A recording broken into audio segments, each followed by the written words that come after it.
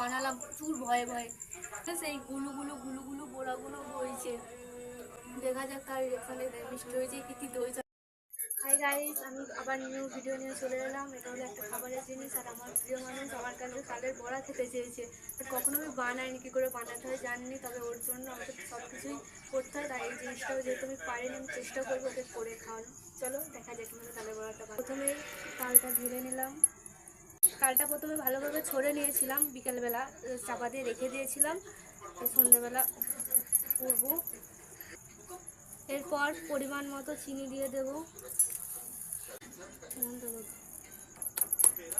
পরিমাণ মতো চিনিটা দিয়ে ভালোভাবে মিশিয়ে নিলাম। এটা 5 মিনিটের মতো রেখে দেবো যাতে চিনিটা গলে যায়।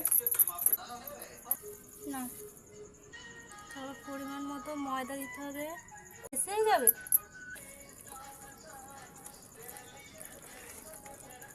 এখনো দিতে হবে তো না। দেখো, সব ময়দা চিনি নুন পাইল করে মাখিয়ে দিয়েছি। এটাকে খুব ভালো করে মাখিয়ে নিয়েছি, যে আমার দিদি বলে দিচ্ছে তাই জন্য করে খাওয়াতে পারছি। এটাকে কিছুক্ষণ রেখে দিতে বললো, চলো রেখে দিই। রেখে দিয়ে কীরকম বড়া হয় তোমাদের দেখাবো।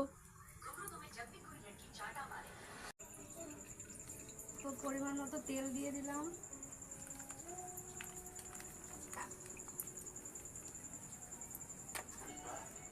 এবার তেলটা গরম হোক, অপেক্ষা করি।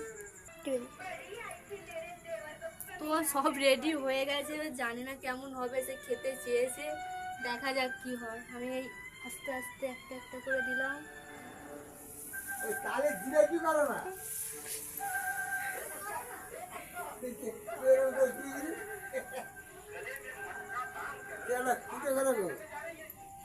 আমার দিতেই ভয় লাগছে।